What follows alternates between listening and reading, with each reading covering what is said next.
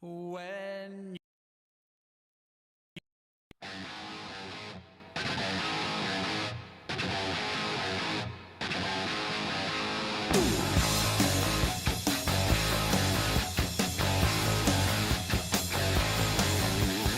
Girl, you really got me now. You got me so I don't know what I'm doing. Girl, you really got me now. You got me so I can sleep at night. Girl, you really got me now. You got me so I don't know where I'm going, yeah. Oh yeah, you really got me now. You got me so I can sleep at night. You really got me. Oh, you really got me. Oh, you really got me. Please don't ever let me be. I only wanna be by your side. Please don't ever let me be. I only wanna be by your side. Girl, you really got me now. You got me so I don't know what I'm doing, yeah. Oh yeah, you really got me now. Got me so I can sleep at night. You really got me. You really got me. You really got me. Oh no, no.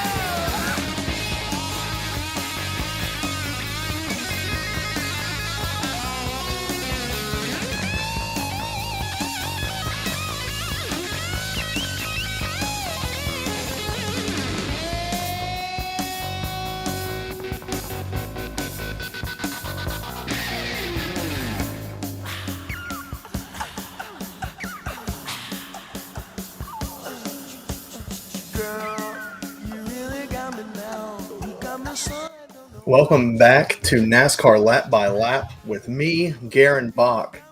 We've got an exciting show ahead with a recap of last week's amazing action from COTA, another look ahead at Phoenix with Arizona Republic's Cole CUSUMANO coming on later as our guest, and then some early best bets for Sunday's action at Phoenix as well. I might as well go ahead and start and jump right into it. COTA was a great race. I loved the redesign on it.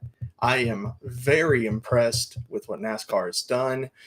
I saw somewhere on Twitter, and it resonated with me, that it felt like a short track style of race for a road course, which is something very odd. You never hear of that. All in all, in a Gen 7 car, road course racing has been great.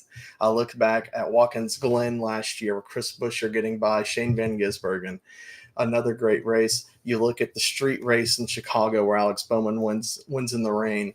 It was a great race there, but now at COTA last weekend, NASCAR has really stepped it up. It seems that Austin is still a city to be in. Austin is still craving racing. It was packed. Fans were there, and the whole field was wanting to win the race. As we saw early on, we had Ross Chastain come in, spin out Chase Elliott. And then you had a few others involved throughout the day. Denny Hamlin getting in the dirt, spinning out Austin Dillon. A few penalties came from the race as well, which has been very confusing to say the least about what NASCAR has done. But to start off, I want to talk about the final 15 laps at COTA. The racing was the cleanest racing I've seen in the NASCAR Cup Series in a long time, and it was great to see the clean racing. I would like to attribute that to the fact that these are more veteran drivers. You had Kyle Busch leading for a while, Christopher Bell, Tyler Reddick, William Byron, those in the top four.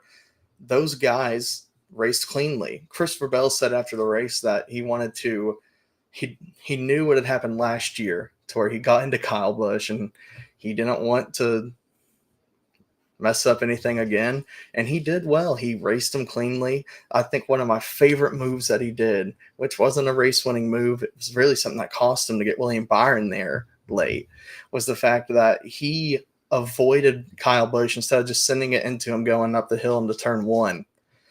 The racing for Christopher Bell this season has been great. Now, back-to-back wins. He looks like an early favorite to win the championship, someone who's been there before. And we're going to a track where the championship race is held. The results were very interesting to me as well. One of the major things I saw was Noah Gragson and Todd Gilliland finishing in the top 10 for Front Row Motorsports. Was not expecting that. Last week, the only Ford I expected to finish in the top 10 was that of Chris Buescher, which he finished seventh. He's the best road course racer since 2022, at least when it comes to finish wise, place wise. He knows how to get his car there late, finish with points, and then as well were the drivers who managed to come back from the back and still finished. Hendrick Motorsports had two of those as well on the list. Chase Elliott at one point was 36. Like I said, he was spun out at the very beginning of the race. He came back to finish fourth. Alex Bowman, who went down a couple of laps, not once, but twice, I believe. He got down to 34th and then finished the race in ninth. So Hendrick Motorsports put it together. Chevrolet put it together. Toyota put it together, but Ford is still missing that piece. There were three Fords that finished inside the top 10. You had Toyota finish with two Toyotas in the top 10, which makes sense. They don't field that many cars. And then Chevy had five cars in the top 10. It's a very interesting path from here now for what Toyota does because, for Toyota, because Toyota, they've got Christopher Bell doing well. But it seems that Denny Hamlin's struggling. You've got Chase Briscoe, who has had a great day today. He's got 100 points back, so good on him. That's going to be another part of the show we'll get into later. But there's been issues on these type of road courses for Toyota. And then your favorites from last weekend, Shane Van Gisbergen. He with Trackhouse Racing, he finished sixth. And then near the bottom of that list, you have two other Trackhouse racers, with Connor Zilic finishing last, who came in here. He's got a few IMSA wins in the LMP2 in the LMP2 division. He knows how to get it done on the road courses. He knows what to do. He won the Xfinity Series race. It was more so shocking that he wrecked, and it seemed to be from just an aggressive young move. I mean, to put this into perspective, the movie Cars came out before Connor Zilic was born. And for me, I was 3 years old whenever that happened. So now that I'm sitting here in my bedroom talking to the camera, I kind of feel like there's something I missed out on at some point. But Trackhouse Racing, this was a weekend I thought they would have a big weekend in. I thought that they would have I thought they would find their mark. I thought that Daniel Suarez would finish well. I thought Ross Chastain would finish well, which, I mean, other than the fact that he had to move out of the way because Chase Elliott was coming back to wreck him, he finished 12th, so that was a good showing from him. But like I mentioned, Daniel Suarez, who's won at Sonoma, he got the win in Atlanta last season. He's looking for another win. And then Connor Zilic, they both finished 45 and 46 laps down from where the race ended. It was very confusing to see them there. And like I mentioned, Connor Zilic was just being aggressive. He thought that he could get around the 99, and he just smacked right into him. There at the bottom now as well is Ty Gibbs. Ty Gibbs with JGR, like I mentioned, they've had their struggles, but he's at the very bottom. And for someone who is brought in here, his grandfather is the owner of the team, Joe Gibbs. He struggled. He did well in the Xfinity Series. He did well opening last season, but he's got to pick it up here. I believe Jimmy Johnson is ahead of him in points, in which, I mean, Jimmy Johnson did finish third during the Daytona 500, but he's not raced since, and he's only got, I believe, one more race on the docket for him this season. AJ Allmendinger, another road course racer, he finished in 30th, which he was involved in some incidents, so I'll let it slide for him this time. But he was another upset favorite of mine. And then when it comes to the penalties coming out of the weekend, Kyle Larson lost a wheel, so obviously he's going to have his issues. He's losing two crew members, as that's the penalty. His jackman and I believe his tire changer as well. So with Kyle Larson losing that, and then another penalty, which is very confusing to me, was with Austin Cindric. He was fined $50,000 and 50 points for intentionally wrecking Ty Dillon. But from my understanding, it's always been, well, at least recently, this season, it's been if you right hook someone, you left hook someone, if you intentionally wreck someone, I mean, that's putting them in a dangerous position, putting the other competitors in a dangerous position, and that's also putting yourself in a dangerous position. This isn't the first time he's done it either, but he's gotten away with it. And remember, the new rule is if you get yourself into an incident to where you purposely wreck somebody, you are suspended. And if you get suspended, you lose all of your playoff points, and you cannot gain any until the playoffs begin. So at that point, the only way to make it into the playoffs is to win, from what I understand. But even then, you're not getting any playoff points. So you make it harder on yourself. And to have that type of move, I would think NASCAR made that rule to intentionally keep drivers away from doing that. But now you see that Austin Cindric did it. He spins someone out. That's a 50-point penalty. That's all it is. He can gain that back. I mean, obviously, that's about a race worth of points, but he can gain it back. I mean, you always have some races where you know you're not going to do well, and Austin Cindric knows there's a few tracks that he's just not been good at. But to be able to fall back on those points would have been very helpful. But going back to the suspension and the points, I'm confused about it because this is another inconsistency thing with officiating. NASCAR still cannot find a solid line that says if you cross it, you're done. They base it off of the fact that every incident is different, and that you can do one thing at one track and someone else can do one thing at another, and it's completely different. But I don't see how this one wasn't a suspension. It was 100 miles per hour coming into turn one. But I'm going to go ahead and let our guest come on now to talk with us. Like I said, it's Cole CUSUMANO. He's an Arizona Republic sports writer, and I'm very excited to have him on. So, Cole, welcome. Thank you. I'd like you to just introduce yourself and tell us a little bit about yourself, buddy.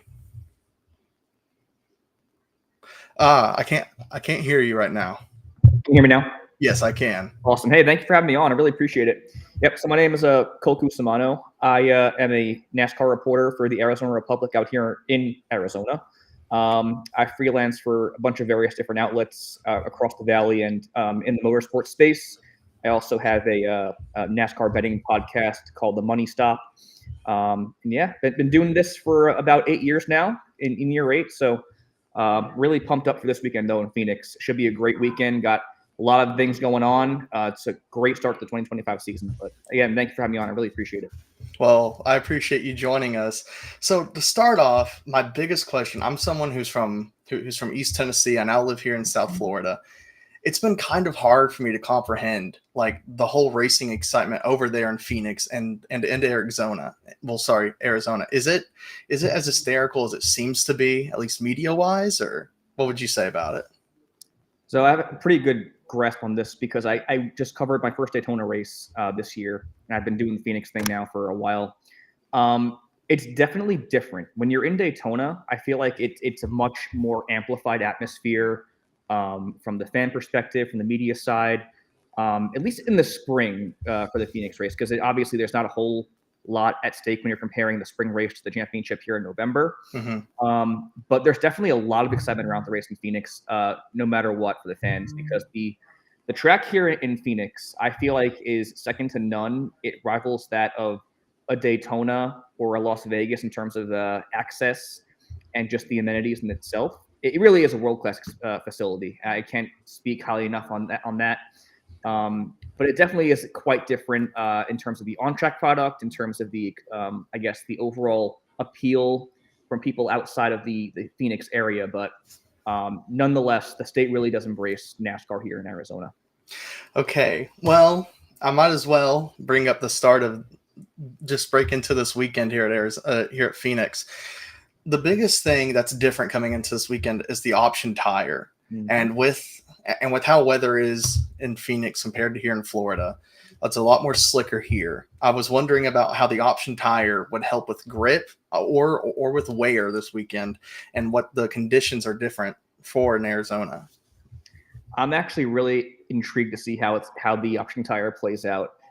So comparing Daytona and Phoenix, obviously the air in Daytona is a lot more damp. It's a lot more humid out there as opposed to the dry heat out here in Arizona. And I think it's hard to kind of gauge what we're going to get with the option tire because we only saw this in the competitive setting once last year at Richmond. And in this race, it took place at night. Here in Arizona, track temps are obviously much more warmer, and it'll be taking place in the daytime as well. So NASCAR's goal with this option tire is to promote more tire fall off.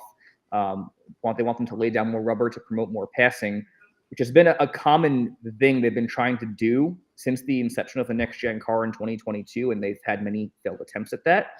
So I think comparing what we saw at the Richmond race to what we can possibly see here in Phoenix, it's going to be very interesting because obviously, like I said, the track temps are much more warmer, and you typically tend to see the tires, regardless, blister a bit with the track temps here at Phoenix being warmer. So I think with this tire designed to put down more rubber, you could see maybe some more tire failures, hopefully not for Goodyear and NASCAR's sake, but I think that the fall off should definitely be improved.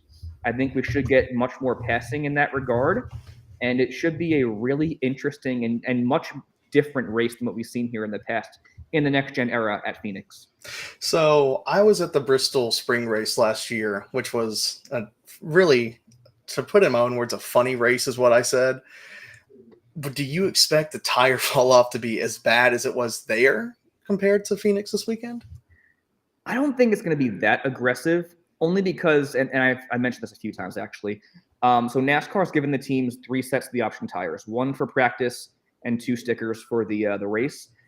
I'm curious to see if that's going to be enough to really make a huge impact. I mean, strategy is going to come into play like it always does here at Phoenix, but I really, really just don't think it's going to be as chaotic as it was in that spring Bristol race, just because there were so many factors at play in that one. And just given the limited tire sets here, I think it's going to be much more controlled chaos, if there is any chaos at all. We'll see. Well, I mean, the past couple of weeks have been a little chaotic with how NASCAR's opened up the season. Oh yeah. I would like to ask you about the officiating. Today's been a very busy day officiating wise. JGR and Chase Briscoe got their points back, which I completely understand. But something I was confused on was the Austin Cindric penalty. I was just talking about it earlier, but I'd like to get your take on it. I understand that NASCAR does it in a way that it's a by case scenario, but how does this differ from just being a typical wrecking someone type of incident? I don't think it should be different. I heard what you were saying before as I was waiting to come in on the call, and I agree with everything you said. The way NASCAR operates in making these calls, it seems very subjective, but it should be yes or no. Did they break the rule? Did they not break the rule? If they break the rule, follow through with your penalties. I think their reasoning for not suspending Austin Cindric for the incident at COTA was not the right call, which I feel like is the general consensus from people all on social media. Just because it's still a right hook. It doesn't matter. You're still a right hooking somebody. It's an intentional wreck. You're putting a driver at risk. Basically manipulating the race in a sense to where you're ruining somebody's day. But I don't think it should matter at the speeds of which the act was carried out. The bottom line is you deliberately wrecked somebody. You should be penalized for that and suspended, as it says there in black and white in the rule book. So it's just inconsistency. We've seen it already very early on this season through 3 races, and we've seen it feels like the last few years now. They got to get these calls consistently carried out in the right manner, and then you won't have as much backlash from the fans. But I agree with you, and I agree with pretty much everybody else on social media in that he should have been suspended.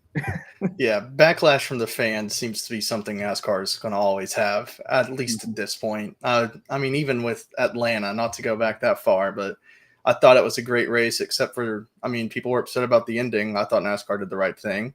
Mm-hmm. A lot of backlash there.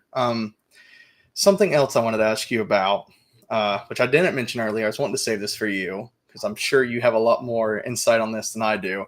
Mm-hmm. Is the whole lawsuit going on? So NASCAR sued 2311 and Front Row Motorsports today. Is that correct? Yeah. So I'll be honest. I am not the best with all that stuff. Okay. I kind of read the summaries that Bob Pockris and the other media members put up on social media. But from what I understand, yes, NASCAR is suing FRM in 2311. And the news that broke today was because they felt that there were like internal conversations in boycotting the ruling or whatever. But then 2311 and FRM came back and said, well, you guys had some conversations as well in talking to the teams and saying, hey, we need it done by this day, and all that technical jargon. But I'm not too up to date on all the legal stuff, so I don't really have a huge opinion on that anywhere or the other. I just think it's kind of stupid for NASCAR to go head-to-head with these teams, and especially one that's co-owned by Michael Jordan. Yeah. A guy who's bringing tons of new eyes to the sport and has only done good things since joining it back when 2311 was formed. So just not smart, not a good look on NASCAR's part, in my opinion. And the last question I have about that, and then we'll go right back to Phoenix. Do you think the charter system is going to have to be changed for something to come out of this, or do you think that there's another solution to it? I'm not really sure, honestly. I know there have been talks about the charter system changing and the charters going away altogether. Some conversations I've heard, but I don't know. Yeah, I feel like I'm there too. So back to Phoenix. Penske has done very well there. Mm-hmm. Are they the team to look out for this weekend, or do you think that's some like Christopher Bell? Can he make a three-peat? Will there be someone from Hendrick who has said that they have worked on these type of tracks over the off season? Is there a certain team that you want to look out for? I mean, the easy one's definitely Team Penske, because you look at what they did here in the fall, and they were just lights out. And you could say the same thing about the first two races of the season. I mean, they were lights out, leading a bunch of laps at Daytona and Atlanta, and they just couldn't close the deal out. So one thing that I've noticed in my research, because I mentioned the Money Stop podcast, I got to do a lot of research and numbers and all that into each race weekend. Ryan Blaney, he is money in the bank no matter what whenever you go to Phoenix. He has a 2.8 average in the next gen era, which is just completely absurd. Yeah. So I think he's going to be one of your contenders to win for sure, even though he has not yet won at Phoenix. Somehow, I feel like he finishes runner-up every single time we go there. So he's going to be somebody on my radar, and I think you got to look out for the Toyotas. So one thing I've noticed is in the spring race, Ryan Blaney is always going to perform. In the fall race, it's both Blaney and Logano when it really counts in the championship race. But I've noticed that Logano doesn't really have the speed in the spring. It's usually the Toyotas and Ryan Blaney that are front of the pack. You saw them lead the most laps, obviously. Tyler Reddick and obviously Christopher Bell won that race this past spring. So I have my eye on the Toyota camp, specifically Christopher Bell to go for 3 in a row. I think the Hendrick Chevys are going to be strong as they always are. William Byron, I think he is the other guy in this next-gen era that's been as consistent as Ryan Blaney, not as successful, maybe the average finish and all that. But I think he's been somebody that's been also really, really good anytime we come here. Kyle Larson's always going to be a contender as well. But I have my eye on Ryan Blaney, Christopher Bell, and William Byron going into this one. Are there any younger drivers that we should look out for? At least, not to win the race, but maybe a top 10, top 15 finish. Maybe just stand out this weekend? Yeah, you know what? It's going to be a tough one because with the option tire, I feel like there's going to be a lot of guys that can kind of make a run and get a quality day out of that. The two guys that I'm looking at are first one's to be Noah Gragson. Noah Gragson finished 8th last week. That was his first top 10 of 2025 after getting 7 last year with Stewart Haas Racing. So that's really impressive for a young driver and guy that has a lot of talent in the NASCAR scene. He's also riding back-to-back 12th place finishes at Phoenix. So that's a driver that stood out to me early on so far with Front Row Motorsports, and someone who's had success in the Xfinity ranks at Phoenix, as well as Ty Gibbs. Ty Gibbs, I know, has not had the easiest transition into the Cup Series. However, you look at the spring race last year, he finished third with over 50 laps led, and you look at his Phoenix resume as a whole, he's a winner here in the Xfinity Series. He's won there 3 times in the ARCA Series with well over 400 laps led combined in those developmental ranks. And on the option tire front, he is now with Chris Gabehart atop the pit box, who I think is one of the brightest minds in the garage in that regard. So I think that gives him a leg up on the competition in some ways. So while the transition has not been seamless by any means in the Cup Series for Ty Gibbs, I think having that combination of his experience at Phoenix and the success at Phoenix in the developmental series, and now being reunited with Chris Gabehart, who's a really accomplished crew chief at this level, it points to me in a direction to where he might have a really good top 10 day once again, maybe even top 5 day once again at Phoenix Raceway. Okay, and finally, this is almost impossible to do, but I would like to ask you who you think your top 3 finishers are. And this is if it's a perfect day, nothing goes wrong, which, like you said, with the option tire, we have no idea what can happen. So.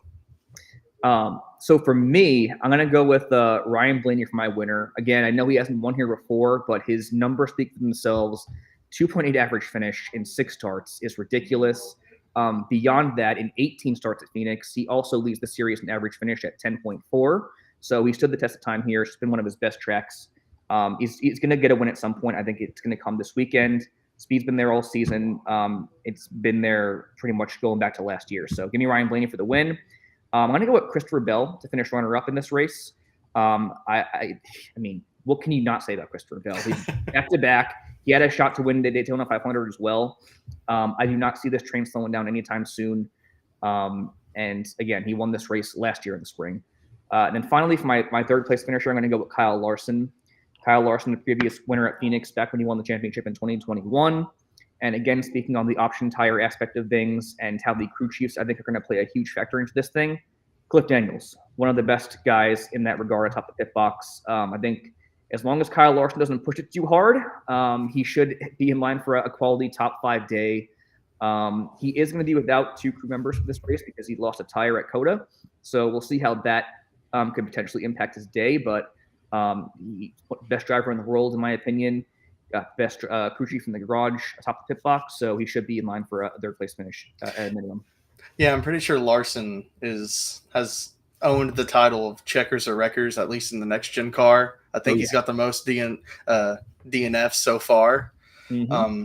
I want to thank you so much for joining us. I appreciate your time. It was great insight, and I am excited for this weekend. This is a track that I have personally struggled to watch over the past couple of years. So I'm hoping this option tire works out. But once again, Cole, thank you so much for joining. Yeah, thanks for having me. I really appreciate you having me on, and hope you enjoy the race at Phoenix. Should be a good one. I'll do my best. Thank you.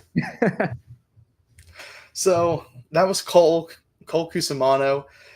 You can find him on Twitter. You can find his work, like he mentioned earlier. Works for Arizona Republic. I know that I'm pretty sure he was just on a show right before he hopped on with us. So his time was greatly appreciated.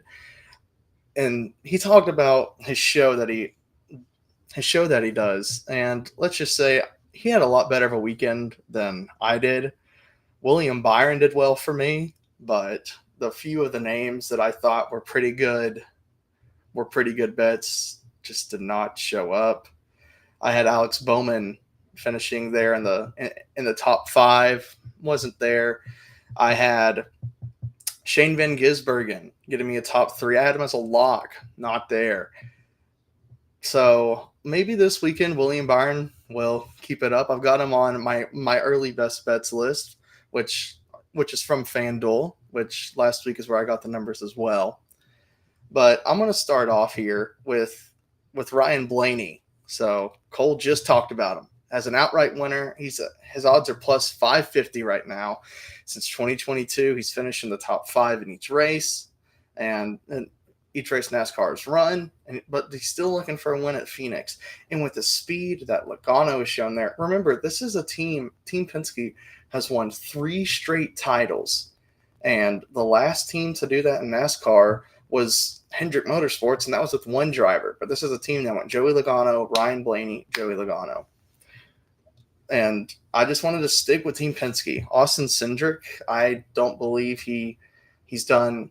I don't believe he'll do that well. He did get a win last season, which was thanks in part to Ryan Blaney running out of gas at the very end. He just found himself in the right spot in the right time. But Joey Logano, he's plus 1,200 as an outright winner. And remember, these aren't drivers I'm saying that I am for sure locking it, but I'm just giving you guys the value of what I think that they have and what I think they can do. He has 2 wins at the track, and Fords have been very fast here. Just like Cole mentioned earlier, he's looking out for Noah Gragson. He's someone who's still with Ford, as well as a younger driver.